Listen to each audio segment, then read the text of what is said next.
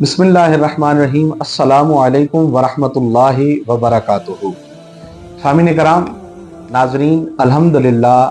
ماہ محرم الحرام کا آغاز ہو چکا ہے اور تاریخ اسلام میں محرم الحرام کو ایک بڑی فضیلت بھی حاصل ہے، اور محرم الحرام ایک ایسی تاریخ رقم کرتا ہے جو اسلام کی تاریخ میں یوں سمجھا جائے کہ ایک دردناک پیج ہے، دردناک پہلو ہے، جس کو قیامت تک امت مسلمہ اور آقا علیہ الصلاۃ والسلام اور حضور علیہ الصلاۃ والسلام کی اہل بیت اطہار سے محبت کرنے والے لوگ کبھی نہیں بول سکتے۔ لیکن اس کے ساتھ ساتھ ہم جہاں پر یوم عاشور میں میدان کربلا میں ہونے والے واقعات اور امام علی مقام کے ساتھ اور آپ کے خانوادے کے ساتھ آقا علیہ الصلاۃ والسلام کی اہل بیت کے ساتھ جو معاملات ہوئے، اس پر بات کرنے سے پہلے ہم جس موضوع کو آج ڈسکس کرنے جا رہے ہیں کہ اسلام کے سال کا پہلا دن ہی، پہلا آغاز ہی قربانی سے ہوتا ہے، اور وہ قربانی سب سے پہلے یکم محرم الحرام جو سیدنا عمر بن خطاب رضی اللہ تعالیٰ عنہ جو مراد رسول ہیں، یہ وہ عمر ہیں جن کے متعلق آقا علیہ الصلاۃ والسلام نے فرمایا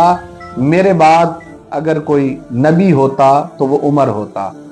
عمر بن خطاب رضی اللہ تعالیٰ عنہ جو کہ مراد رسول ہیں، یہ وہ عمر ہیں جن کے متعلق میرے نبی علیہ الصلاۃ والسلام نے فرمایا کہ میرے بعد اگر کوئی نبی ہوتا تو وہ عمر ہوتا، اور یہ وہ عمر ہیں جن کو دیکھ کے آقا علیہ الصلاۃ والسلام نے فرمایا کہ شیطان راستہ بدل جاتا ہے۔ عمر وہ ہے کہ جس کے عدل نے پوری دنیا پر ایسا ایک تہلکہ مچایا، اسلام کا ایک ایسا خوبصورت چہرہ سیدنا عمر بن خطاب نے اپنی دور حکومت میں پیش کیا کہ آج تک دنیا اس کی مثال پیش نہیں کر سکی، اور یقیناً قیامت تک ایسی مثال پیش کر بھی نہیں سکے گی، کیونکہ عمر بن خطاب رضی اللہ تعالیٰ عنہ وہ اسلام کے ہیرو ہیں، وہ اسلام کے لیڈر ہیں کہ جنہوں نے ایسی مثالی حکومت قائم کی، جنہوں نے ایسی مثالی دور حکومت گزارا کہ شاید بھی دنیا میں آنے والی دنیا تک اور قیامت تک بھی کوئی اس کی مثل نہیں لا سکتا۔ یکم محرم الحرام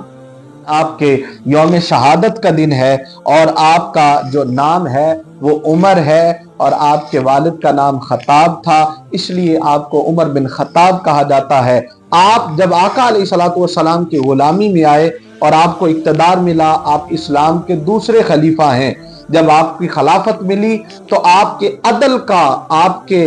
فرق، حق اور باطل میں فرق کرنے کا چرچا اتنا ہوا، اتنی بلندی ملی کہ آپ کو فاروق کا لقب دیا گیا، یعنی حق اور باطل میں فرق کرنے والے وہ جو ہیں وہ سیدنا عمر بن خطاب ہیں، جو اسلام کے بہت بڑے ہیرو ہیں۔ سیدنا عمر بن خطاب کی ولادت 583 عیسوی یعنی کہ 40 قبل مسیح کو مکہ میں ہوئی۔ 583 عیسوی 40 قبل مسیح مکہ میں آپ کی ولادت ہوئی، اور آپ ابتدائے اسلام لانے والوں میں بھی آپ شامل ہیں۔ سیدنا عمر بن خطاب عشرہ مبشرہ میں بھی شامل ہیں۔ عشرہ مبشرہ وہ لوگ جن کو اس دنیا میں ہی آقا علیہ الصلوۃ والسلام نے جنت کی بشارت عطا فرمائی، یقیناً سیدنا عمر بن خطاب ان لوگوں میں شامل ہیں، اور سیدنا عمر بن خطاب ان لیڈرز میں شامل ہیں جنہوں نے ہجری سال کی تقویم کی، جنہوں نے ہجری سال کی بنیاد رکھی۔ سیدنا عمر بن خطاب ان لوگوں میں شامل ہیں، اور کیا کیا چیزیں گنوائی جائیں۔ سیدنا عمر بن خطاب نے پولیس کا محکمہ سیدنا عمر بن خطاب نے مقرر فرمایا، اسی طرح تنخواہوں کے لیے جو فنڈز مقرر کیے وہ سیدنا عمر بن خطاب نے مقرر کیے۔ اسی لیے آپ نے سپاہیوں کو جو جہاد پہ جاتے تھے یا جو سرحدوں پہ جاتے تھے ان کے لیے ٹائم لیمٹس کو بھی سیدنا عمر بن خطاب نے مقرر کیا۔ ڈاک کا سسٹم سیدنا عمر بن خطاب کے دور میں جو ہے وہ وجود میں آیا۔ اسی طرح سیدنا عمر بن خطاب رضی اللہ تعالیٰ عنہ کی دور خلافت میں اسلام کو بہت ساری فتوحات اللہ پاک نے نصیب فرمائی، اور عمر کا چرچا دنیا کے کونے کونے میں ہونے لگ گیا، اور ایسا چرچا ہوا کہ آج تک اس کی مثل نہیں آ سکی۔ آپ کی فتوحات میں عراق، مصر، لیبیا، شام، ایران، خراسان، اناتولیا، ارمینا اور سجستان جیسے ممالک شامل ہیں، جو 22 لاکھ مربع میل کی سلطنت پر سیدنا عمر بن خطاب نے خلافت کی۔ 22 لاکھ مربع میل، پاکستان تو شاید اس کا تیسرا حصہ بھی نہیں بنتا۔ اتنی بڑی سلطنت کا مالک عمر بن خطاب، جو اتنی بڑی سلطنت کا مالک ہے، لیکن اس کی شان کیا ہے، اس کی عظمت کیا ہے کہ اسے مٹی کے ڈھیلے پر بھی نیند آ جاتی ہے۔ اور وہ عمر جو اپنے آپ کے لیے وہ لباس کو اس طرح سے پسند نہیں کرتے کہ کوئی بڑا لباس پہن لیں، اتنی بڑی سلطنت کا مالک ہے، لیکن صحابہ کرام نے ایک دن مشورہ کیا کہ بڑی دور دور سے لوگ ملنے آتے ہیں، سفیر ملنے آتے ہیں۔ عمر بن خطاب رضی اللہ تعالیٰ عنہ سے کہتے ہیں کہ آپ اپنا کرتا ہی بدل لیں، لیکن پھر کسی کی اتنی ہمت نہ ہوئی کہ عمر کو کہہ سکیں، اتنا ہی کہہ دیں کہ آپ اپنا کرتا بدل لیں۔ تو پھر سوچا کہ یہ بات کرے گا کون؟ تو انہوں نے مشورہ کر کے سیدہ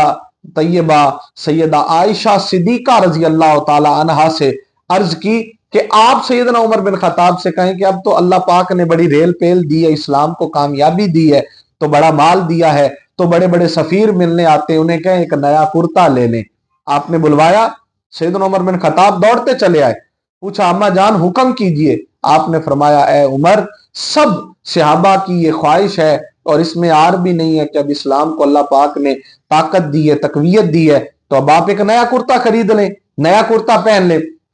جب یہ بات کی تو حضرت عمر بن خطاب رونے لگ گئے اور آپ نے عرض کی اما جان آپ جو حکم کریں میں حاضر ہوں، لیکن مجھے وہ لباس پہنائیں جو رسول اللہ صلی اللہ علیہ وسلم نے پسند فرمایا۔ تو سیدہ عائشہ صدیقہ رضی اللہ تعالیٰ عنہ خاموش ہو گئیں۔ تو یہ عمر کا فقر تھا، یہ عمر کا تقویٰ تھا، یہ عمر کا پاکیزگی تھی کہ ساری زندگی گزارنے کے باوجود اتنی بڑی سلطنت مالک کا مالک عمر، لیکن اپنی باری پر سواری پر سوار ہوتا ہے۔ اب غلام کی باری آ گئی، لیکن آپ نے فرمایا وہ قریب آ گیا بیت المقدس، جو آپ سب جانتے ہیں، لیکن جب آپ اپنے غلام کے ساتھ بیت المقدس جا رہے تھے تو طے یہ پایا کہ سواری ایک ہے، آدھا کچھ رستہ غلام بیٹھتا سواری پہ، آپ چلتے، پھر کچھ رستہ آپ بیٹھتے، غلام چلتا۔ جب قریب آیا بیت المقدس تو غلام کی باری آ گئی، تو غلام نے عرض کی جناب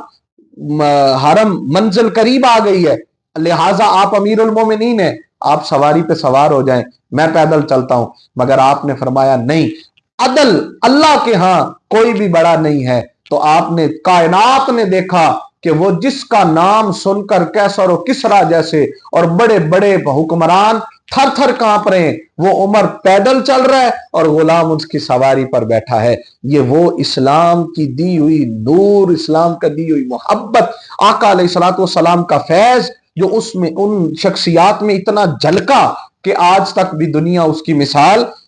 نہیں لا سکی۔ اور جب حضرت عمر بن خطاب رضی اللہ تعالیٰ عنہ کا عدل کیسا تھا، ایسا عدل کہ آپ نے جب زمین پہ زلزلہ آ گیا، عمر بن خطاب نے کوڑا اٹھا کر زمین پہ مارا، آپ نے فرمایا زمین ٹھہر جا، کیا عمر نے تیرے اوپر عدل نہیں کیا؟ تو ان کے عدل کا یہ عالم تھا کہ وہ زمین ٹھہر گئی، زمین کو بھی پتا تھا، اور سیدنا عمر بن خطاب کا یقین بھی اتنا مضبوط تھا کہ آپ نے اللہ اور اس کے رسول صلی اللہ علیہ وسلم کی دی ہوئی حدود و قیود سے باہر جا کر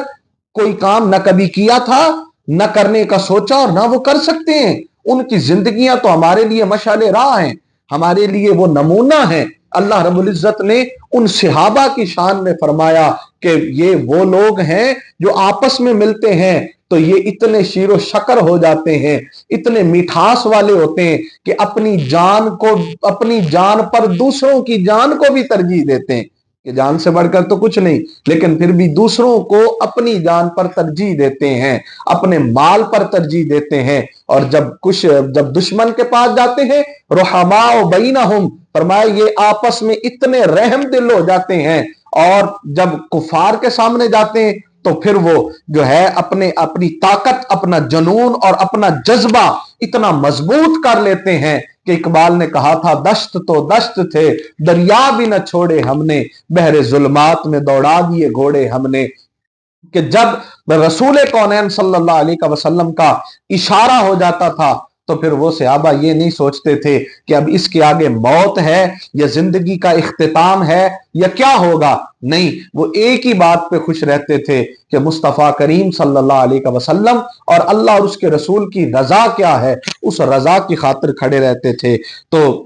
ناظرین، ہم آج جس شخصیت کا ذکر کر رہے ہیں سیدنا عمر بن خطاب، ان کے عشق کا عالم یہ تھا، آقا علیہ الصلوۃ والسلام سے محبت کا عالم یہ تھا، اتنی محبت کہ ہمہ وقت اور ہر وقت حضور کی بارگاہ میں موجود رہنے کی کوشش کرتے، اور آقا مولا علی کرم اللہ وجہ فرماتے ہیں کہ میں نے رسول اللہ صلی اللہ علیہ وسلم کو ہمیشہ یہ فرماتے ہوئے اکثر سنا کہ آپ فرماتے، میں ابو بکر اور عمر گئے، میں ابو بکر اور عمر ٹھہرے، میں نے اور ابو بکر اور عمر نے کھایا، یعنی جہاں بھی گئے حضرت عمر اور حضرت ابو بکر صدیق رضی اللہ تعالیٰ عنہ یہ آقا علیہ الصلوۃ والسلام کے وہ ساتھی تھے جو ایک بہترین صحابی بھی تھے اور دوست بھی تھے۔ وہ دوست، اور کیسی دوستی نبھائی رسول کونین صلی اللہ علیہ وسلم نے کہ وہ دنیا میں بھی ساتھ تھے، پھر میزار میں بھی ساتھ ہیں، اور حشر میں بھی رسول کونین صلی اللہ علیہ وسلم کے ساتھ ہوں گے۔ اور جب عمر کے عدل کا چرچا بڑھنے لگا، اتنا بڑھا، اتنا آپ کا چرچا بڑھا کہ دنیا آپ کے نام سے جو ہے نا چمک اٹھی، مہک اٹھی، اور کیسر و کسرا جو اس وقت کی سپر پاور تھے، روم اور ایران، وہ اپنے آپ کو بڑی شے سمجھتے تھے، لیکن جب عمر بن خطاب رضی اللہ تعالیٰ عنہ کا دور خلافت آیا تو وہ بھی تھر تھر کانپنے لگے۔ وہ واقعہ بڑا مشہور ہے کہ جب ایک شخص کیسر و کسرا کا وہ سفیر آپ کو ملنے آیا، اس نے آ کر پوچھا کہ تمہارے خلیفہ کا محل کہاں ہے؟ انہوں نے کہا ہمارے ہاں کوئی بادشاہ نہیں ہوتا، نہ کوئی محل ہے۔ کہا مسجد میں جا کر دیکھو، مسجد میں گئے تو نہیں ملے، وہاں پوچھا تمہارے خلیفہ کہاں ہیں؟ تو لوگوں نے کہا ادھر کو جا رہے تھے، اس طرف کو جا رہے تھے۔ وہ تلاش کرتا کرتا جب گیا، ایک چروائے سے پوچھا کہ عمر کہاں ہے؟ تو کہا وہ جو درخت کے نیچے مٹی کا ڈھیلا سر کے نیچے لے کر سو رہا ہے، وہ 22 لاکھ مربع میل کی سلطنت کا سلطان ہے، وہ خلیفہ ہے۔ تو اس شخص نے جو جملہ کہا، اس نے کہا ہمارے حکمرانوں نے ظلم کیا اور انہیں نرم بستروں پہ بھی نیند نہیں آئی، لیکن اے عمر تم نے عدل کیا، تمہیں مٹی کے ڈھیلے پہ بھی نیند آ گئی۔ یہ وہ عمر بن خطاب ہیں جنہوں نے ہر وقت آقا علیہ الصلوۃ والسلام کی پہلو میں زندگی گزاری، اور جس کم بخت نے اور جس بد بخت نے آپ پر وار کیا، آپ نماز فجر ادا کر رہے تھے، اس کا نام تھا ابو لؤلؤ مجوسی، اس نے آپ پر خنجر کے ساتھ، زہر آلود خنجر کے ساتھ آپ پر وار کیا 27 ذی الحج کو اس نے وار کیا، اور آپ کو شدید قسم کا زخمی کر دیا۔ جب آپ زخمی ہو گئے تو پھر اس کے بعد آپ یکم محرم الحرام کو آپ مالک حقیقی سے جا ملے، اور جب آپ کا وصال قریب تھا تو اس سے پہلے آپ نے اپنے بیٹے حضرت عبداللہ بن عمر کو فرمایا جاؤ اور جا کر ام المومنین سیدہ عائشہ سے عرض کرنا کہ اگر وہ اجازت دے دیں تو حضور کے پہلو میں مجھے دفن کرنا، اور اگر وہ اجازت نہ دیں تو جنت البقیع میں لے جانا۔ تو آپ کے بیٹے نے جا کر پوچھا تو سیدہ عائشہ نے فرمایا کہ میں نے یہ جگہ اپنے لیے رکھی ہوئی تھی، لیکن عمر سے بڑھ کر اس کا کوئی حقدار نہیں ہے۔ انہوں نے اجازت عنایت فرما دی، اور بہت سے واقعات، بہت سی چیزیں سیدنا عمر بن خطاب کی زندگی پر کہی جا سکتی ہیں، اور سیرت، آپ کی سیرت لکھتے ہوئے تو شاید زندگی ختم ہو جائے، لیکن ایک جو بہت اہم بات اور بڑی خاص بات کہنا چاہتا ہوں، اس دور کے مطابق آج کے یورپ کی ترقی، آج کی دنیا کی ترقی اگر وہ کر کے بیٹھے ہیں تو انہوں نے آقا علیہ الصلوۃ والسلام کے بعد سیدنا عمر بن خطاب رضی اللہ تعالیٰ عنہ کے دور خلافت کو اور آپ کے کانسٹیٹیوشن کو فالو کیا ہے، اور وہ کامیاب ہو گئے۔ لیکن ہماری بدقسمتی کہ ہم اس پر نہیں چل سکے۔ تو آج یکم محرم الحرام کو ہم سیدنا عمر بن خطاب رضی اللہ تعالیٰ عنہ کو خراج عقیدت پیش کرتے ہیں، آپ کی بارگاہ میں سلام ادب پیش کرتے ہیں، اور اللہ کی بارگاہ میں دعا گو ہیں کہ خالق عالم ہمیں ان کے صدقے سے اپنے کرم کی خیرات عطا فرمائے، اور ہمیں ان کو فالو کرنے اور ان کی سیرت کو سمجھنے اور اس پر عمل کرنے کی توفیق عطا فرمائے۔ السلام علیکم ورحمۃ اللہ وبرکاتہ۔